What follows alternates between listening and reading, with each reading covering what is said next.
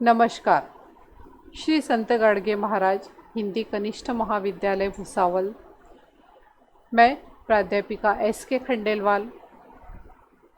हमारी पाठ्यपुस्तक में विशेष अध्ययन हेतु दिया गया काव्य कनुप्रिया, जिसके लेखक हैं डॉक्टर धर्मवीर भारती। हमने इसके पहले 2 भाग में सेतुमय, अमंगल छाया, एक प्रश्न एवं कुछ कृति प्रश्नों का अध्ययन हम कर चुके हैं। अब भाग 3 में हम शब्द अर्थहीन एवं उससे संबंधित कृति प्रश्न देखेंगे। अब हम कनुप्रिया के अगले सर्ग की ओर बढ़ते हैं। अगला सर्ग है शब्द अर्थहीन, अर्थात कनुप्रिया के लिए जो शब्द है, कनु के द्वारा कहे जाने वाले शब्द, वे अर्थहीन है, क्योंकि वह तो तन्मयता के क्षणों में जीती है। उसके लिए कनु के शब्द, जो प्रेम रूपी शब्द है, वही उसके लिए सार्थक है। अन्य कोई भी शब्द उसके लिए अर्थहीन है। सर्वप्रथम हम इसका वाचन करेंगे। शब्द शब्द शब्द, मेरे लिए सब अर्थहीन है। यदि वे मेरे पास बैठकर मेरे रूखे कुंतलों में उंगलियां उलझाए हुए तुम्हारे कांपते अधरों से नहीं निकलते। शब्द शब्द शब्द, कर्म, स्वधर्म, निर्णय, दायित्व, मैंने भी गली गली सुने हैं ये शब्द। अर्जुन ने चाहे इसमें कुछ भी पाया हो, मैं इन्हें सुनकर कुछ भी नहीं पाती प्रिय। सिर्फ राह में ठिठक कर तुम्हारे उन अधरों की कल्पना करती हूँ जिससे तुमने ये शब्द पहली बार कहे होंगे। तुम्हारा सावरा लहराता हुआ जिस्म, तुम्हारी किंचित मुड़ी हुई शंख ग्रीवा, तुम्हारी उठी हुई चंदन बाहें, तुम्हारी अपने में डूबी हुई अधखुली दृष्टि, धीरे धीरे हिलते हुए होंठ।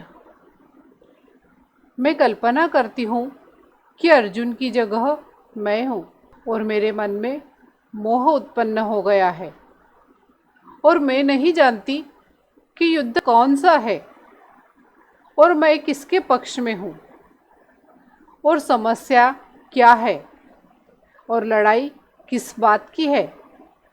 लेकिन मेरे मन में मोह उत्पन्न हो गया है, क्योंकि तुम्हारे द्वारा समझाया जाना मुझे बहुत अच्छा लगता है और सेनाएं स्तब्ध खड़ी है और इतिहास स्थगित हो गया है और तुम मुझे समझा रहे हो।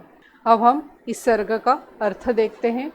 यहाँ पर कनुप्रिया अपने ही मन में बसे कनु से कह रही है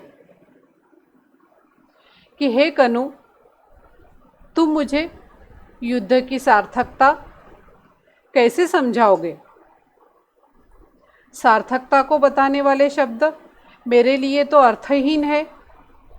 मेरे पास बैठकर मेरे रूखे बालों में उंगलियां उलझाए तुम्हारे कांपते होठ और उन होठों से प्रणय के अर्थात प्रेम के जो शब्द निकलते थे, तुम्हें कई स्थानों पर मैंने कर्म, स्वधर्म, निर्णय, दायित्व जैसे शब्दों को बोलते सुना है। अर्थात तुम कर्म के बारे में, धर्म के बारे में तुम बहुत लोगों को समझाते हो। यह सब मैंने सुन रखा है। मैं नहीं जानती कि अर्जुन ने इन शब्दों में क्या पाया, लेकिन मैं इन शब्दों को सुनकर भी अर्जुन की तरह कुछ पाती नहीं हूँ। अर्थात राधा जब इस तरह के शब्द सुनती है, वह कह रही है कि जब मैं अर्जुन की तरह इन शब्दों को सुनती हूँ, फिर भी मुझे कुछ समझ में ही नहीं आता। मैं राह में रुककर तुम्हारे उन अधरों की कल्पना करती हूँ। कौन से अधर? अधर अर्थात ओठ, कृष्ण के ओठ की कल्पना करती है, जिससे कृष्ण मुरली बजाया करते थे, उसे पुकारा करते थे उन अधरों की कल्पना यहाँ पर कनुप्रिया करती है, जिन अधरों से तुमने प्रणय के वे शब्द पहली बार कहे थे, जो मेरी तन्मयता के गहरे क्षणों के साक्ष्य बन गए हैं। अर्थात जब तुम प्रेम के शब्द, अर्थात प्रेम से जब तुम मुझे पुकारा करते थे, मेरा नाम पुकारा करते थे, तो वही शब्द मेरी तन्मयता के क्षणों के साक्ष्य बन गए हैं। मैं कल्पना करती हूँ कि अर्जुन के स्थान पर मैं हूँ और मेरे मन में भी मोह उत्पन्न हो गया है। अब मैं ये चाहती हूँ कि जैसे तुम अर्जुन को युद्ध की सार्थकता समझा रहे हो, वैसे भी मैं भी तुमसे युद्ध की सार्थकता समझूं। लेकिन मैं तो ये नहीं जानती कि यह युद्ध कौन सा है, किसके बीच हो रहा है, मुझे किसके पक्ष में होना चाहिए। लेकिन फिर भी मेरे मन में मोह उत्पन्न हो गया है। यह मोह क्यों उत्पन्न हो गया है? क्योंकि मुझे तुमसे बातें करना, तुम्हारा समझाना मुझे बहुत अच्छा लगता है। मुझे जब तुम समझाते हो तो मुझे ऐसा लगता है जैसे कि यह युद्ध रुक गया हो। जब कृष्ण राधा को समझाते हैं तो वह अपने मन में ही ऐसा विचार करती है कि उसे ऐसा लगता है जैसे क्षण रुक गए हैं। उसे ऐसा लग रहा है कि युद्ध रुक गया है, सेनाएं अपनी जगह पर एकदम स्तब्ध खड़ी है, इतिहास की गति जैसे रुक गई है, कुछ भी नहीं चल रहा है, सिर्फ राधा और कृष्ण। कृष्ण उसे समझा रहे हैं और वह चुपचाप ध्यानमग्न होकर पूरी तन्मयता के साथ वह सुन रही है। इसी को हम आगे देखते हैं, शब्द अर्थहीन। अब हम सर्वप्रथम इसका वाचन करेंगे। कर्म, स्वधर्म, निर्णय, दायित्व, शब्द शब्द शब्द मेरे लिए नितांत अर्थहीन है। मैं इन सब के परे अपलक तुम्हें देख रही हूँ।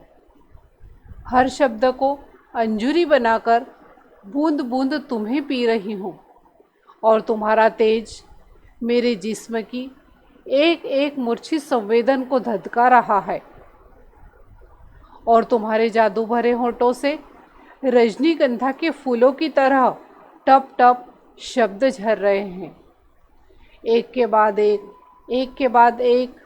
कर्म, स्वधर्म, निर्णय, दायित्व। मुझ तक आते आते सब बदल गए। मुझे सुन पड़ता है केवल राधन राधन राधन, शब्द शब्द शब्द। तुम्हारे शब्द अगणित है कनु, संख्यातीत है, पर उनका अर्थ मात्र एक है, मैं, केवल मैं। फिर उन शब्दों से मुझी को इतिहास कैसे समझाओगे कनु? अब हम देख रहे हैं कि राधा कृष्ण से अर्जुन को जिस तरह से कृष्ण समझाते हैं उसी तरह समझाने के लिए कह रही है। लेकिन कर्म, स्वधर्म, निर्णय, दायित्व जैसे जिन शब्दों को तुम कहते हो वे मेरे लिए नितांत अर्थहीन है। अर्थात कनुप्रिया कह रही है कि तुम जो भी शब्द मुझे समझा रहे हो वे मेरे लिए अर्थहीन है, क्योंकि ये शब्द मेरी तन्मयता के गहरे क्षणों के शब्द नहीं हैं। अर्थात जो शब्द प्रेम रूपी तन्मयता से तुमने मुझे दिए थे वे शब्द ये नहीं हैं। इन शब्दों से परे मैं तुम्हें अपनी तन्मयता के गहरे क्षणों में देखती हूँ। अर्थात मेरे लिए इन शब्दों का कोई मोल नहीं है। मैं तो उन गहरे तन्मयता के क्षणों में तुम्हें देखती हूँ। कौन से तन्मयता के क्षण? जब तुम प्रणय की बातें कर रहे हो, अर्थात प्रेम की बातें कर रहे हो। प्रेम के एक एक शब्द को तुम समझकर मैं पी रही हूँ। अर्थात एक एक शब्द मुझे तुम दिख रहे हो कनु, और मैं उन्हीं शब्दों को अपनी अंतरात्मा में ग्रहण कर रही हूँ। तुम्हारा संपूर्ण व्यक्तित्व मेरे ऊपर जैसे छा जाता है। आभास होता है जैसे तुम्हारे जादू भरे होठ, उन होठों से शब्द रजनीगंधा के फूलों की तरह एक एक झर रहे हैं, एक के बाद एक के बाद एक। इस तरह से उस शब्दों की वर्षा मेरे ऊपर अर्थात मेरे मन के ऊपर हो रही है और मैं उन्हें अपनी अंतरात्मा में समाहित कर रही हूँ। अब कनुप्रिया कहती है कि कनु, जिस शब्दों का तुम उच्चारण करते हो, कौन से शब्द हैं जिनका उच्चारण कनु कर रहा है? कर्म, स्वधर्म, निर्णय, दायित्व। इनके बारे में कनु समझा रहे हैं। इन सब शब्दों के बारे में ही कृष्ण ने युद्ध भूमि में अर्जुन को समझाया था कि उसका जो कर्म है वह कर्म युद्ध करना है, उसका धर्म है युद्ध करना, उसे अपने निर्णय से हटना नहीं चाहिए एवं युद्ध जीतना ही उसका दायित्व है। लेकिन यही शब्द जब कनुप्रिया को ऐसा लगता है कि कनु से भी यही शब्द समझा रहे हैं, तब वह कहती है कि ये शब्द मुझ तक जब आते हैं अर्थात जब मेरे पास में आते हैं, तब ये शब्द मुझे इस तरह सुनाई देते हैं कि मुझे सिर्फ ऐसा लगता है कि तुम बस उससे मेरा ही नाम जप रहे हो। क्या सुनाई देते हैं उसे? राधन राधन राधन। तुम्हारे द्वारा कहे जाने वाले शब्द असंख्य है, संख्यातीत है, अर्थात उनकी गिनती नहीं की जा सकती, लेकिन उनका एक ही अर्थ है। अर्थात मुझे तो तुम्हारे कहे जाने वाले असंख्य शब्दों में सिर्फ यही अर्थ समझ में आता है कि मैं और केवल मैं, अर्थात उसमें कनुप्रिया को सिर्फ राधा राधा राधा बस यही सुनाई देता है। इसलिए अब कनुप्रिया कह रही है कि अब बताओ कनु, इन शब्दों से तुम मुझे इतिहास कैसे समझाओगे? मेरी तन्मयता के गहरे क्षणों में जिए गए वे शब्द मुझे सार्थक लगते हैं, अर्थात जो शब्द राधा को सुनाई दे रहे हैं वे शब्द ही राधा के लिए सार्थक हैं। उसके अलावा उस युद्ध भूमि के शब्द जो कनु समझा रहे हैं वे शब्द राधा को कुछ भी समझ में नहीं आते। कनुप्रिया इस युद्ध को लेकर बहुत दुखी है। यह सब देख रही है कि उस युद्ध में कितने लोग मारे गए, उनकी पत्नी, उनकी बहनें, उनकी माँ, बच्चे सब किस तरह से बिलख रहे हैं, रो रहे हैं। महाभारत का युद्ध जो 18 दिन तक चला था, उस 18 दिन के युद्ध में आखिरी दिन आप लोगों ने टीवी पर महाभारत आती है वह भी देखी होगी कि 18वें दिन कुछ भी नहीं होता।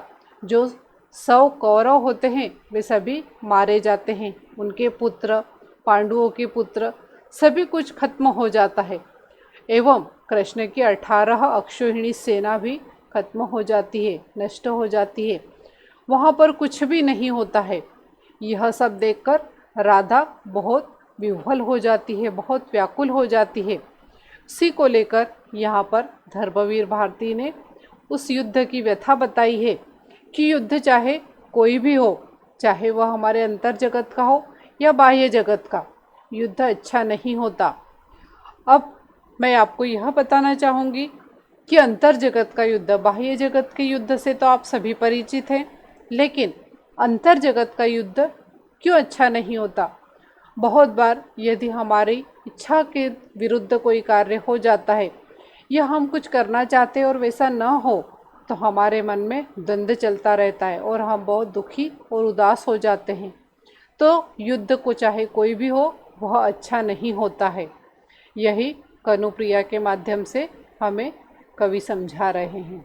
अब हम इस सर्ग से जुड़ी हुई आकलन कृति देखेंगे। इसमें भी जैसे हमने पहले भाग में देखा कि कृति पूर्ण कीजिए, इस तरह के प्रश्न। कनुप्रिया के लिए कनु के अर्थहीन शब्द कौन कौन से थे? कर्म, स्वधर्म, निर्णय, दायित्व इत्यादि शब्द कनुप्रिया के लिए अर्थहीन शब्द थे।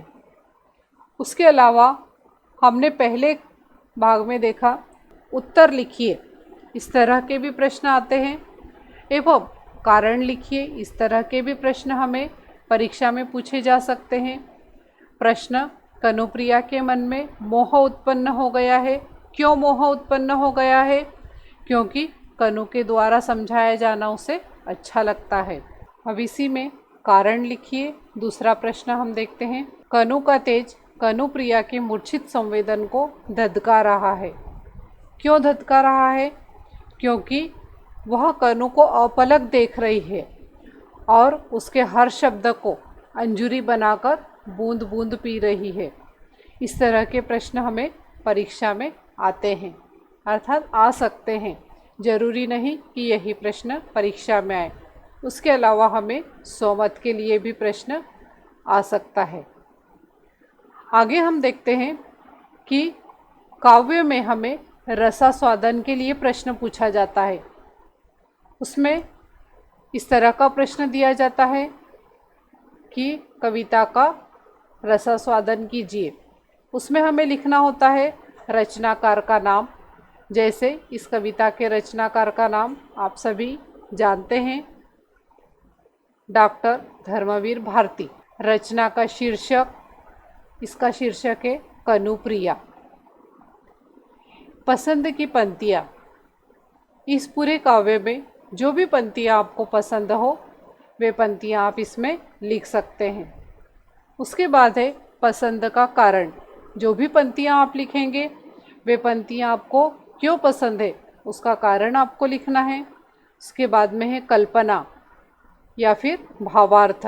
जो पंक्तियाँ भी आप लिखेंगे उसका भावार्थ आपको संक्षेप में लिखना होगा। धन्यवाद।